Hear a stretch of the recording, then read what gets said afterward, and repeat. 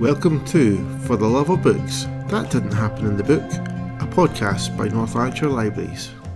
Okay, go on, do it. I'm not doing my Do They Know It's Christmas Time impression. I'm so sorry, I can't do it. Not while we're recording. It's sad. In case you didn't realise, folks, this is the Christmas special. Yes, it is what we called again. It didn't happen in the book. That didn't happen in the book. Yes. It's one of those weeks. I think. So Kirky and I are in the first time we've been in the same room for about, I don't know, Since we weeks, recorded the last episode. Yes. We are doing a sort of festive special. Is that a Christmas special? I guess it is, because by the time it goes out, it'll probably be Christmas or thereabouts. I am in my nice new Christmas jumper. Which I love, by the way, because it's an old teletext. Yes, it's a teletext. Or is it CFAX? What was teletext? Is it not Bamber Boozler or So remember? I loved teletext. I do not have my Santa hat on because that would be a bit too much. A bit too much. And yeah, how are you? I am fine. I want you to take note of my fancy wee bag. Yes, he wants us to call this episode Kirkland's fancy wee bag. So I have bought myself a fancy wee bag from Converse. Got it cheap in the sale. Now, I do this thing, folks, where I tell people that something cost £140 when in fact it was reduced to £20, but I tell them the original price, not the sale price. Now, I know people listening do that as well. You can't tell me you don't, because I'm sure you do. So this retailed for like £40, but I got it for a tenner. I was going to say you did not pay £40 for that. No, and I wouldn't. I mean, so I'll set the scene. So it's a small, square mesh effect, netty effect. Not netty. Well, it's like you can see through it. Oh, but she sounds like, you know, Nettie. Let's go off, take the high road. It's like one of my aunt's names. My aunt Nettie. I'm not joking. And we used to see her like once every 10 years for Christmas, and she would help my grandmother. She was my granddad's sister, and my auntie Nettie would help make the Christmas dinner, but it was inedible because she'd drown it all in gravy.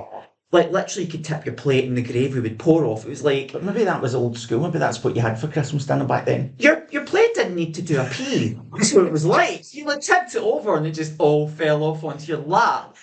All the adults had one table and we didn't even have a table, and you had all this gravy over you thanks to Nettie. Okay. So don't describe the bag as a netty bag. What would you say? It was a kind of mesh effect? Yes, mesh is much you can see cooler. Through.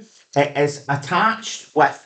So the only way I can describe it is... You're going to be so insulted. You know when... Like, I'm thinking back to the 80s when we used to go on holiday and we used to put our cases on the roof rack, and you had a kind of elasticated rope thing. That, you insult my fancy wee bag. You used to attach your suitcases to the roof rack. He's not lying. That's what the strap looks like. It's a very apt description. It is. And tell the audience of 4, tell them why you have it. I just kept forgetting my hand sanitizer and my pen. You know, I would disappear around and then realise I'd left it. I'd left it on the bus. I'd left it at the bus stop. I'd left it at the exclusive fancy dinners that I attend. I'd left it in the library, you know. So I thought, I'm getting myself a fancy wee bag. Yes. So he has it over his shoulder like a handbag, satchel type thing. And he's going to walk about all day with it, which is entirely his decision. It's a brave choice. It sounded like there you were starting off a children's TV show from the 80s. Over his shoulder and far away, he has a bag today. Yes. One of those old BBC ones that even UK Gold won't play. No, I did say it was a step up from a bum bag, but then he wasn't impressed with that. Oh, because to wear something called a bum bag, and it just sounds so crass. It's like, oh, what you shoving in your bum bag? You're like, no, thank you. No, we'll call it your hip bag. Because look, it's on your hip. Yes. And it's hip. It's very hip. There you go, see? If my hip is up at my shoulder. And you... Yes. But here. Yes, I didn't do biology. I'm sorry, so I don't know what the things are called. That's my hip. Yes. So so that would be the new thing. Maybe you've started a new trend. But you laugh, and you know fine well that when I wear something a bit outrageous from a French boutique or whatever, like within a year, like a fur coat and a beret. Yes, within a year I see someone on television wearing it. It's not always someone that I would dress like, No. but they end up wearing something similar, and I can't Yes. understand it.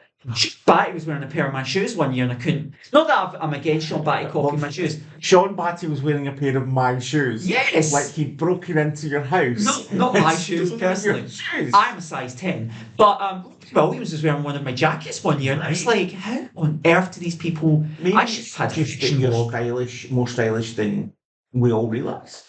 Maybe not.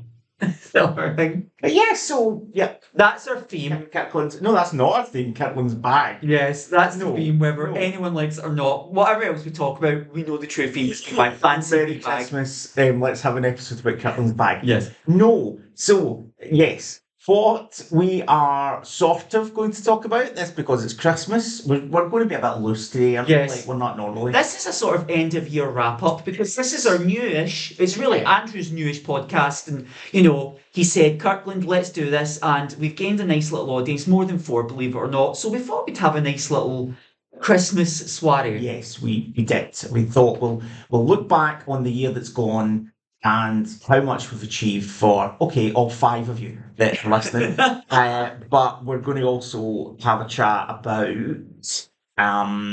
Christmas themed Yes. movies. Christmas in the library, Christmas books, Christmas themes. So our list topic that we're going to hang the episode on is going to be basically A Christmas Carol. Yes. So obviously Dickens, it's an interesting thing because there's been a lot of things written in past about how Dickens really invented what we now think of as Christmas, because prior to A Christmas Carol, the sort of things that in the book that we've adopted as traditions and everything else really exist much prior to that. And, no, it's true. Also, the whole turkey thing, I read a long time ago.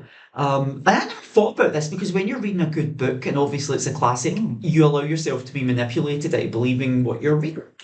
And apparently, was it a duck that they I think cooked? it's a goose. A goose. I think it's a goose, of if course. I remember right. Apparently, there's no way a goose that big would be ready to be cooked in a few hours' time No. when he gets it in the morning. No. It's No. one of those little things. Yes. But then in a book with ghosts, are you really You're caring supposed to how expect long it. the goose? Yes. I actually read as well that a school attempt to recreate, as an experiment, cook the goose.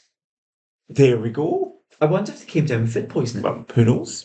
Because I don't think if they got up in the morning and they went, Spotty, That is to the shop, as you can. And then that Andrew's version of Albert Finney. That's the version. No, Alistair said, let's talk about Albert Finney for a second. So, previous listeners, you would have heard my disdain for his Poirot in Murder on Orient Express. That did an impression, didn't it? It was a bit like that. There's something about Albert Finney's acting in his version of A Christmas Carol. I hate it Do you so think much. he's not? Right. He's so serious. I have issues with Albert Finney. Not in I have beef with him, but Or I Goose. just think anything that I've really seen him in, like he's lauded as being this fantastic actor of his generation, and maybe he is, but all I really am familiar with him for Are the hits? is quite hammy. Yes. He's Yes. quite hammy in Annie as well. Hammy and Annie. Yes. But he's that kind of over the top hammy act. There's a certain type of actor that I'm not going to mention, like Tom Hardy, who I feel when you see them, you just know they're really acting, and it takes me out of it. Certain actors, and I might have discussed this as well with you, I know we've talked about it personally in the past, but certain actors' public profiles completely obliterate any role they're doing. Like Leonardo DiCaprio, I cannot watch any of his films and see him in a role. I just see it as Leonardo DiCaprio I know what you mean. acting. Yeah. Tom Hardy acting. And then there's certain actors who you watch and you see them. I'm trying to think of a current actor, maybe Sebastian Stan, where he's doing films, and Jake Gyllenhaal sort of is in between. I'm sort of But do you maybe think his it's public profile starting to That's look that way. Do you think it's a public profile thing? Do you think it's the more familiar people are with you, the harder it is to just accept? Like if you watch a Tom Hanks film, you know you're watching Tom Hanks. Yes. But if it's somebody who doesn't have as big a profile, like a kind of hard-working jobbing actor, that has got a good body of work, but you don't instantly go, wow, they're a megastar. I maybe agree to that to an extent, but I think it's more like Leonardo DiCaprio is never out the tabloids. Brad Pitt is. I think it's the actors who are, so much about their private life that when they're playing someone in a film that's totally unlike them, you just can't. You just know they're acting. Do you know what I mean? So maybe there is an element of Albert Finney's hamminess. Now I don't know much about Albert Finney other than what we've seen, but he's just so over the top. His Scrooge, you watch this weird Shakespearean character that he's created, and you just can't believe that someone like that ever existed in real life. Go get yourself a glass. That's what he's like, and you cannot. He does this weird sound, and he also does it as Poirot. Yeah. I just can't bear his performances in those films, which is why his version of A Christmas Carol has to be near the bottom. Sorry, Albert Finney. Alistair Sims, you win. Oh, wait, does Alistair Sims win? Do you know? Alistair Sims? Mm-hmm. Or does, I'm going to throw this in there, and I know that at least one person's going to enjoy this comparison, Scrooged. Surely it's going to be Bill Murray that wins. Scrooge. Well, this is the thing. I've got to watch it this week. This is why it's an interesting subject for this type of thing, because there's so many different versions of A Christmas Carol and so many adaptations and so many loose versions that you could probably write a book just trying to explain. And it probably has been written. And there's so many different ways, and then there's a lot of modern versions. I'm sure I saw a terrible sort of Hallmarky type one a few years back with Tori Spelling playing Scrooge. What, you mean terrible or do you mean amazing? Terrible, right? So, and then there's films that take it as a kind of jumping off point, and Scrooged, I think, is probably one of them, because although it's the same basic plot, so I always think when you're looking at my benchmarks in terms of Christmas films for that, if you take away from like Albert Finney and Alistair, you've got Muppet Christmas Carol, yes, and you've got Scrooged, yes, and they're both essentially telling the same story, but in a very, very, very different way. And Scrooged is a adaptation, I would say, like a kind of loose adaptation. It keeps the plot, basically, it keeps the essential events, but then it changes everything else. Muppet Christmas Carol is a strange one because it's, at face value, you would think it would be completely like diverting from the source material, but it's not at all. It's very faithful, It's very except faithful. with puppets. And there's dialogue lifted straight from the book and the film, which I always find, incredible. I find it interesting that the two of your favourite versions of A Christmas Carol are comedies. Very different types of comedy. So, I'm trying to think. Why? What is it about that book then that lends itself to comedic adaptations? What is it? Because the actual book, so Charles Dickens had a social conscience. When he was writing, he had a lot to say. He sympathised with working class people, because conditions in those factories were worse than any factory I can name now, including one that might be an Ayrshire Coatbridge. And he really sympathised, and that's why those books have a conscience. Yes. And I don't know, not every adaptation gets that, but the ones that I like, Scrooged is my favourite. What I love about Scrooged, visually it inhabits that sort of narrow area between 80s blockbuster cinema and 90s. It's in that sort of thing. I know that Bill Murray hated it. Apparently he said it could have been much better. It had so much potential. He felt it never quite achieved what it was meant to. And that's probably just Bill Murray. He's very much a perfectionist. It's not even that. I think I disagree with him though. I think difficult. I think Scrooged works on every level. I love it. Has, as I said, sort of that 80s vibe to it, which I think is. Yes. When I think of Christmas, I think of the 80s. I think of Santa Claus the movie. Yes. It's Christmas when ITV or STV or wherever you are in the country play Santa Claus the movie. Yes, of course. It has that vibe to it. When I think of Christmas, I think of 80s. I don't want to say cinema. Let's just say 80s movies rather than 90s. I remember, as a wee boy, this is an infamous story in our family, that we went to see Santa Claus the movie in the cinema when it came out. So, I couldn't have been very old. No. Let's say I wasn't. Yes. And we went to the old Odeon, Renfield Street. Oh, and it was iconic. in the days where it had been changed from like a one-screen cinema, but it wasn't yet a big, by the end, it was in about 10 screens. It had been chopped up into tiny wee screens. At this point, it was only 3 screens. Mhm. So you had the big giant one, and then you had 2 smaller ones. And you had to get into the smaller ones, you had to queue round the side of the building. So you didn't go in through the main door. Right. And if you had, like, if you think you're standing at the entrance there to go in, you had to go down this street, Mm-hmm. and you had to stand at the end, at the corner, queue to get into the screen. Mm-hmm. And we did that, and we saw Santa Claus the movie. And then on the way home, my dad drove through a big giant puddle, and the car broke down. And I'm in support for the movie's success. and we were at the side of the road because my dad's old rubbishy car had died to death. And obviously the water had got into it. And the car broke down, and we were at the side of the road. And it wasn't the motorway. We must have gone like the old way home for Glasgow at that point.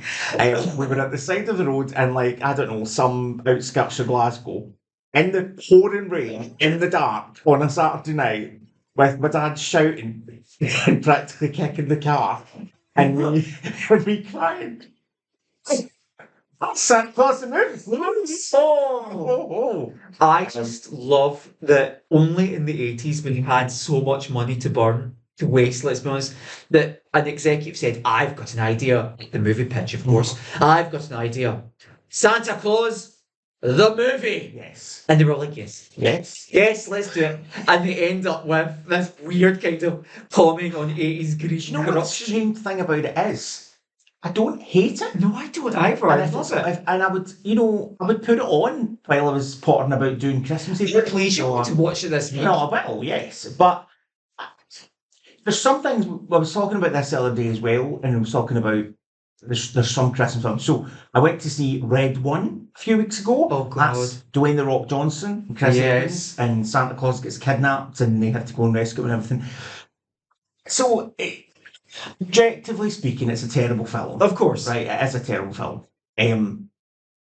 But I would watch it again. Right. I feel like it's the type of film that I probably would watch. It's almost like a playlist of songs. Instead of a playlist of songs, you're putting on a playlist of film for Christmas in the background. And there's lots of these Netflix movies and made-for-TV movies and Hallmark movies and everything else, and they make like hundreds and hundreds of the things every year.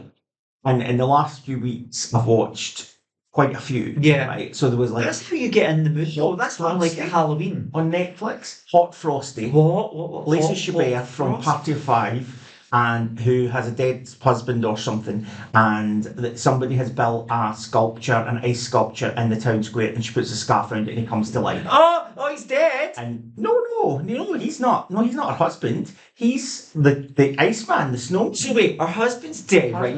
I've got to just clarify. Her husband is dead. So Let's she talk creates an Hot ice Frosty. sculpture. No, she doesn't. So, right.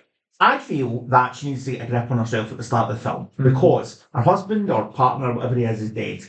And what TV show did he used to be in? Because if she's from Party of Five, Husband. yes, have they cast him for popular or something? He's dead. Oh, is he dead? That's right.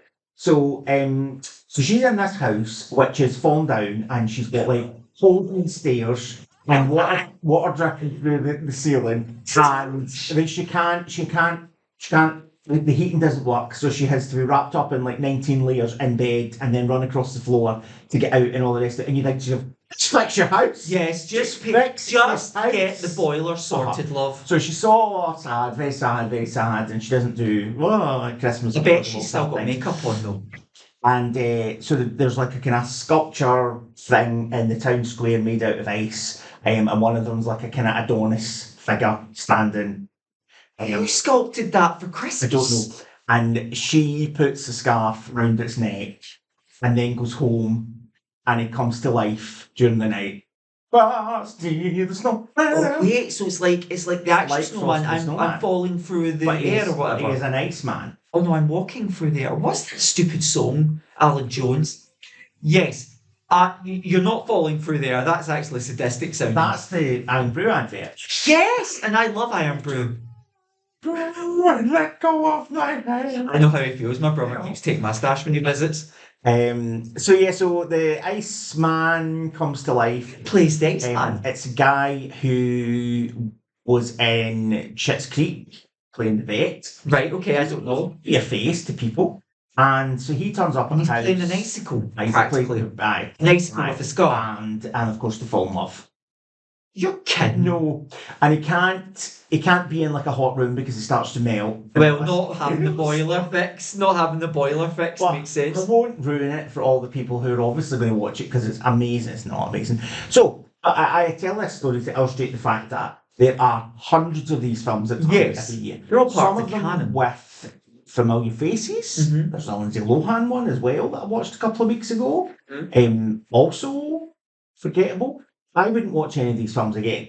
No. You know what I mean? Like I watched them once and I go, that was very nice. That was a nice way to kill an hour and a half. I'll never ever think about it again. I'll never watch it again.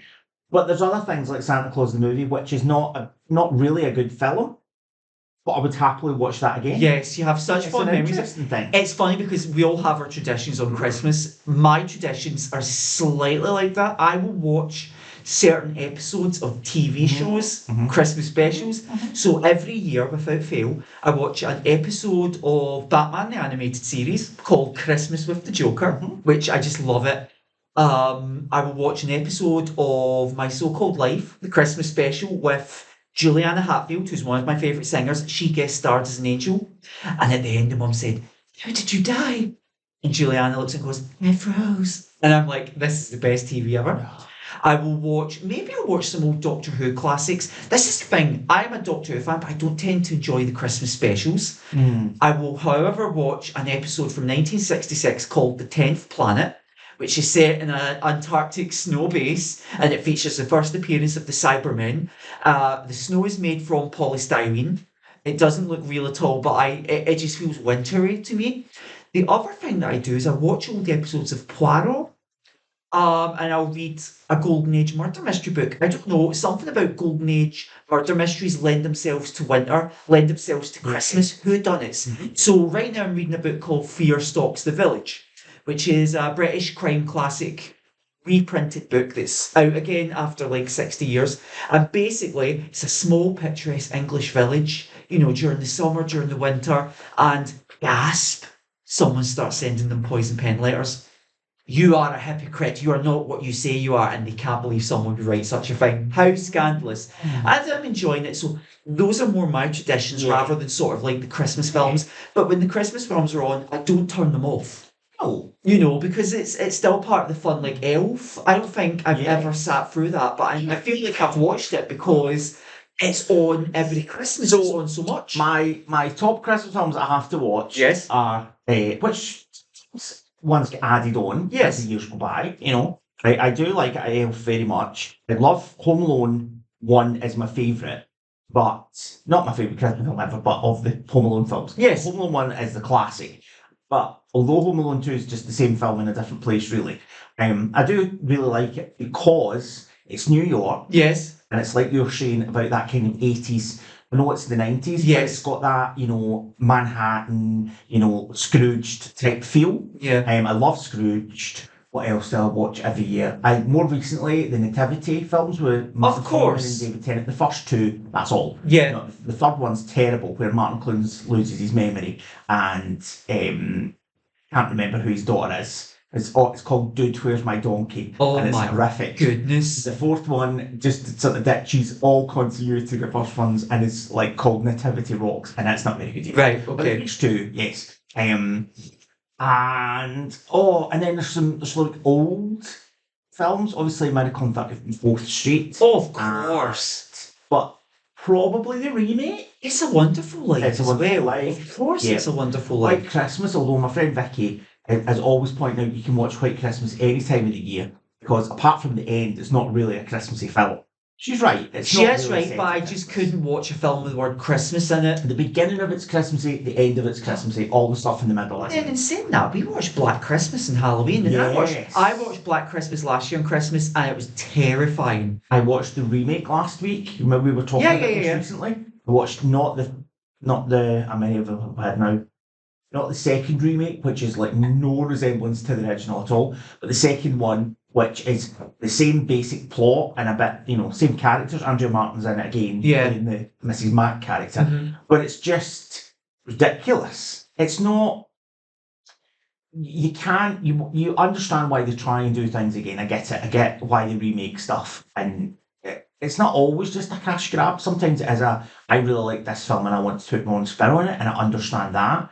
But I didn't need to know the backstory of the killer of Black Christmas. It's like telling you Michael Myers' and life that, story. I You don't think, need it's to what's know. the problem with the sequel or the It's the remake. problem of horror in It's general. all about, you know, Who wants to sympathise with Freddy Krueger? you know, it's about Billy, and Billy turns out to have a sister, and Billy's mum killed his dad, and then he killed somebody else, and the way that they die in this one, it's the same sort of logic, you know, as the original, but there's more deaths, and they're just it's more gruesome. And Something else I would like to offer up in terms of literary to film or television is M.R. James's A Ghost Stories for Christmas. of course, So the BBC, I watch them on Halloween, but I also watch them at Christmas. I have to, it's part of my tradition.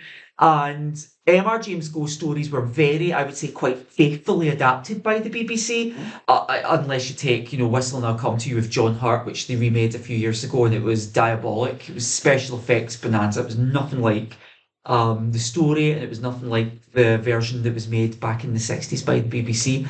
And I really, really enjoy them because I think there's something just nice and relaxing about looking out your window and seeing that wintry weather and having creepy spookiness happening on your screen. so I think they're repeating one this year. They are. I can't remember They're what one doing it a new is. this year. One, but they're also repeating one of the old ones. Right. So, I've got them all anyway. I mean, I bought them so I can watch them.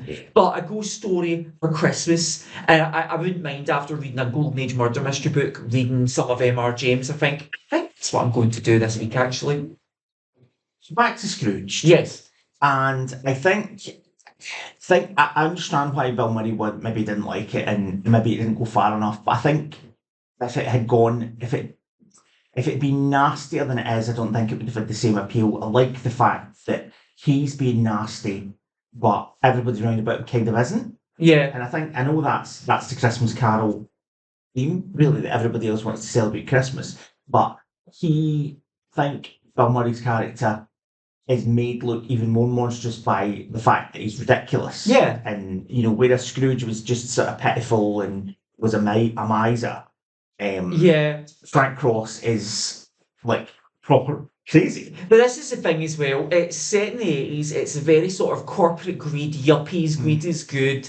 And I don't imagine any of them would have acted like that. But at the same time, I think a lot of them at their parties probably would have been so loud, 100%. so extreme, so outrageous. They might even have a fancy wee bag. I don't know.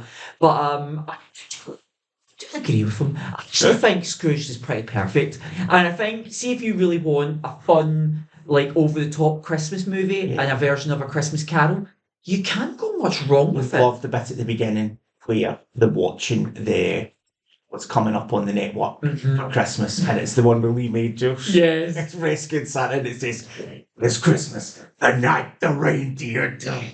Love it. Thing, you can actually imagine that kind of pitch in the 80s, where they had like the craziest films. You know, you can imagine them pitching that kind of stupid. In fact, Have you been a good boy this year, Lee? Yeah. Terrible. But you might see Red One, which is pretty much. You know, they've got. I saw a film or trailer for a film where Santa Claus has like a machine gun. Oh yeah. There's also the one which I do. This is one of my more recent additions to my canon. Violent Night. With that may be the one you're thinking of. John Leguizamo. Is he in? There's one that he's in it, and the guy out of Stranger Things. That's it. That's Violent Night. Now, I would like to just go and say, talking about earlier where public profiles obliterate, you know, an actor's persona. I would say that John Leguizamo, I think, is a very underrated actor. He was in the film called Summer of Sam, which I thought was so underrated. This is not the kind of film that it suits this kind of podcast, but Summer of Sam, Spike Lee, I thought he was brilliant. Romeo and Juliet, fantastic. And no one talks about him, and now he's in these films as Santa's arch enemy. You know, it's such a real shame. It was a shame. But it's basically, they've taken, I would say, elements of Home Alone, elements of Die Hard, elements of every Santa Claus-y type film. They've mushed them all together in this weird film. So you've got horrible, nasty killers who, you know, kill people in horrible ways, but then they're being knocked off by a child dropping things from an attic, Yeah. like in Home Alone, Yeah. stepping on Christmas baubles and Yeah. things like that. But and it is that, Die Hard. Also, it fits into our. It's a Christmas film. It's also based on a book. This is the thing. So I actually didn't know that because it's not the kind of book I would read. But yeah, no, apparently it was based on the book, and I can't remember the name of it. the author must have been pretty happy with how it turned out, surely. I think so. Because you see this, you're trending online though every year, is Die Hard a Christmas movie? But it is, isn't it? So I read something somewhere where they're saying how people were trying to identify what makes a Christmas film. I mean, it doesn't matter. It's set at Christmas. Really, it doesn't really matter. Yeah, you say to yourself, like I was saying, like you were saying about White Christmas. White Christmas. At the start of it, it's Christmas time and they sing White Christmas. At the end of it, it's Christmas and they sing White Christmas. To me, that's nothing in movie. the middle. It's Christmas. It's still not even a Christmas film. So you say to yourself, I think that if it's got Christmassy element, if you would choose to watch it, it's a Christmas film. If it was released in December, if it has a Christmas element, if Santa's in it or referenced, if you see crackers or tinsel or Christmas lights. I think what people were saying was that if it's incidental to the plot, if you could take the Christmas element out of it and the film would be exactly the same, then it's not a Christmas film. And are you going to watch a film that's set in December with Christmas decorations in the background in January or February or March? Do you know what I mean? If it has a Christmas aesthetic. I think it does though, because I am going to go out on a limb here and say yes, Die Hard is a Christmas film, because the logic behind the plot is that John McClane is coming to spend Christmas with his family. Yes, that's true. They're having the Christmas party in the Nakatomi Plaza when the terrorists attack. There are Santa hats, there are lots of festive bits. Yes. It's definitely a Christmas film. Now, it may not be a traditional one, but it's got enough elements, I think, that it makes it a Christmas film. I'll offer up Gremlins as well. Oh, It's really a Christmas film. Gremlins. And saying that, now I'm about to be a hypocrite. I could watch Gremlins any time of the year. Yes, I could too. Even though it's a Christmas film, I just said, why would you do that? But Gremlins is a Christmas film that sort of transcends. Yeah. So a lot of people might not consider it a Christmas film, but if you watch that, it has all the elements. It's set at Christmas. It's set at Christmas. It has Christmas trees. It has that scarves. It's got Kate's talking about her dad getting stuck in the chimney and dying. Yeah. You know what I mean? It's definitely, and actually, I would say its sequel has that thing that we mentioned earlier about being an 80s film that's in the 90s. Because it was sort of 1990. Yes, it's got that weird. It's got that Scrooged vibe about it. So I've always big buildings, yes, corporate kind of greeds and what's his name? John Glover is in both films. Is he not in Scrooged as well? I'm He sure always he is, played yeah. yuppies. Oh, he always played yuppies. He was also in a book to film adaptation of Robert Cormier's The Chocolate War, which is one of my favourite films. But they ruined the ending for one of my favourite books. Sorry, film ruined the ending. So a lot of that though. The film changed, and the ending was the whole point of that book and the film. But he was brilliant. I mean, he's brilliant in everything he does.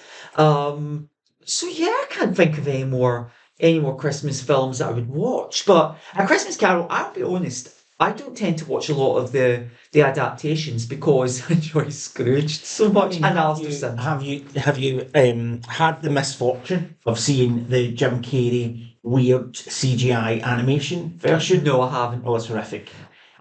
So it's of that time where they were just kind of discovering how to do things, I think, and it's a bit like, you know, that dreadful Tintin film that they made? Oh yeah. Oh God. It was animated. Not animated. The actors performed it and then they superimposed. Jim Carrey, A Christmas Carol, but it just looks like Jim Carrey being Jim Carrey. He's done the Grinch. He's done the Grinch. I'm not a fan. Yeah. I think Dr. Seuss films should be animated. They shouldn't be, because they want these big name actors to perform and then they dress them up looking like these characters and they look terrifying. The Cat in the Hat looks like the most terrifying thing I've ever seen. The original animated version of The Grinch, which is on American TV like every year, and it's been a staple for however many 40, 50 years, whatever.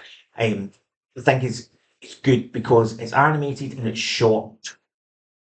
I find the Jim Carrey's Grinch film too much. It's Yeah. too garish. It's too in your Yeah. face. It's too, and let's be honest, we like over the top stuff. Yes. But it's too much for me. Yeah.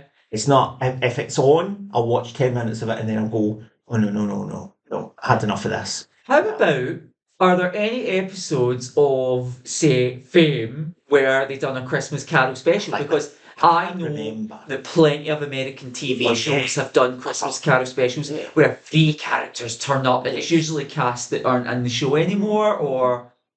I can't think offhand of any jump out at me, but there definitely is. There will have been lots, because Christmas drama in America, they have like Christmas specials and things as well. I'm sure Popular did a Scroogey type Yeah. episodes. Oh when it my was on. goodness, Popular was so good. I kind of vaguely remember that.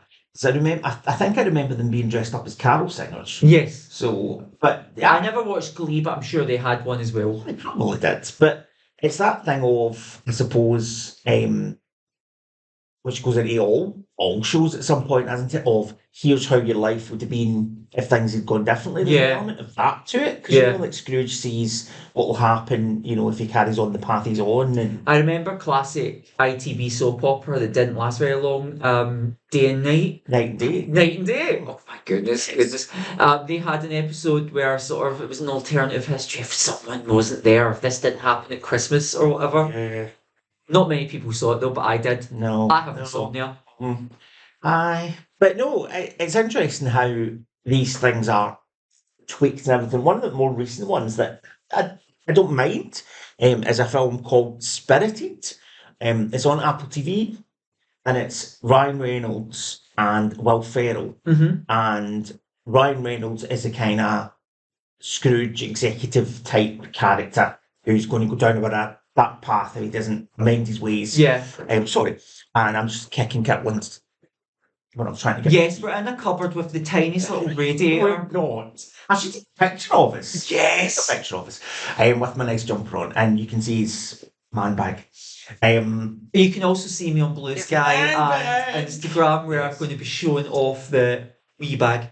But yeah, so Will Ferrell is a ghost who gets sent to show Ryan Reynolds the error of his ways. And there's a great scene in it where they are in a kind of Dickens London, and they have a song. It's a sort of a musical, so there are songs in it, and they have a song that is a sort of Mickey take on the fact that in the original Christmas Carol, there's the scene near the beginning where can't remember if it's his nephew that comes or if it's the people that come trying to collect money. I think it's the people that come to collect the money. In the Muppet Christmas Carol, it's Bunsen and Beaker that come to collect the money.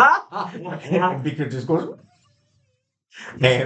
But when Scrooge is trying to get rid of them, he goes to them and they're like, no, but it's Christmas. And he's like, I say good afternoon. Well, in the Will Ferrell film, that's taken as if it's a swear word. So they go about this in a Dickensian London, doing a big song and dance number, shouting, at everybody, and people going like that. And it turns out at the end, as the film goes on, it turns out that Will Ferrell, see, it's all very meta. Will Ferrell's ghost is actually Ebenezer Scrooge, who was redeemed and then became a ghost himself to try and show other people the error of his ways. But you know what? It speaks to the genius and the everlasting impact of Charles Dickens, who sat at his desk all those years ago. And people are still trying to find ways. And wrote a timeless story, like a timeless novel. Yeah.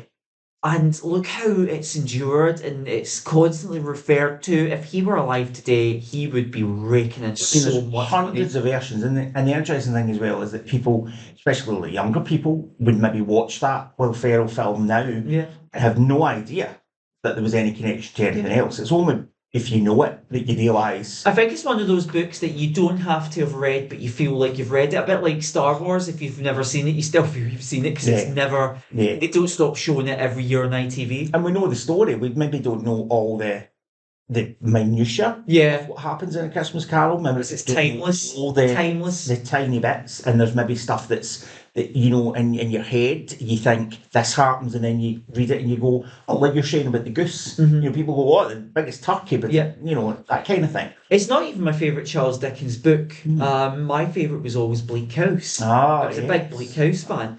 But I think it's his best book. Because it's so short and to the point, whereas a lot of his books go on forever. Yes. He had the misfortune of having to read Hard Times Oh at dear. uni. Oh dear. That's hard times. It goes on. It goes on.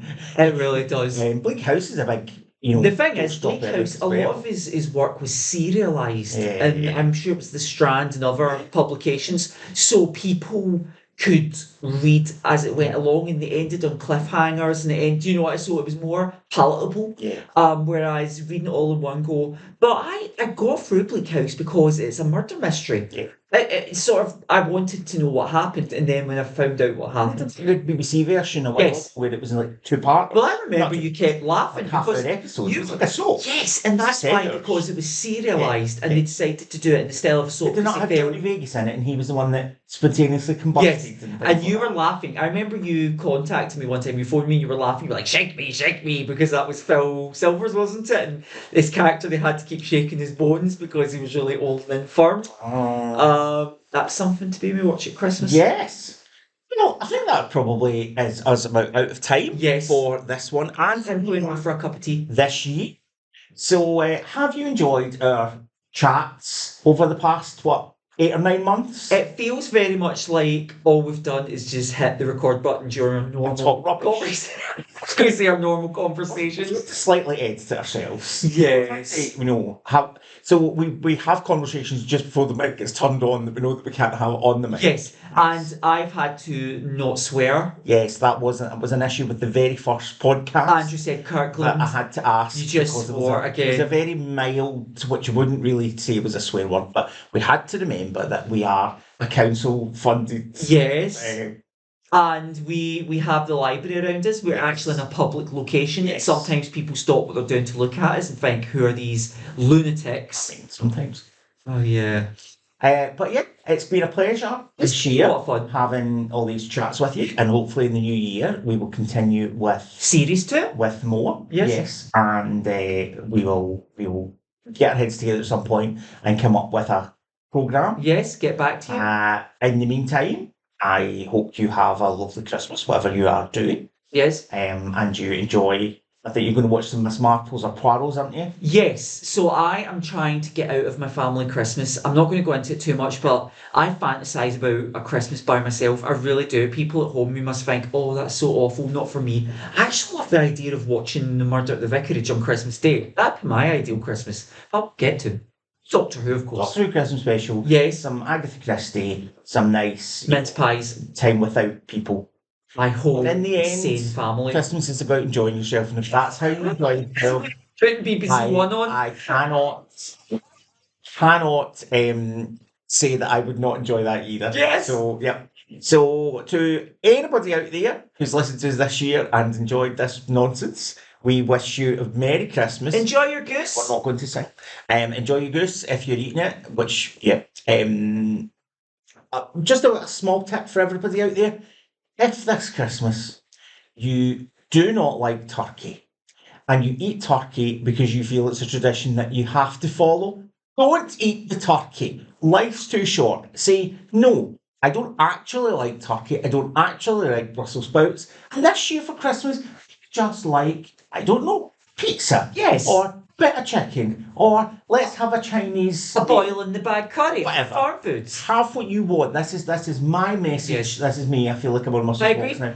My message for Christmas this year is eat what you want at Christmas, not what you think you should. Because in the end, Who cares? who cares? My message for Christmas before I head off is short, sweet, and succinct. It is preheat your oven. There you go. It's a message for us all. Have a lovely Christmas and a happy Bye. new year, and we'll see you all in 2025. New Year, you know what to do. Oh no, that's another story. Bye everybody. Bye.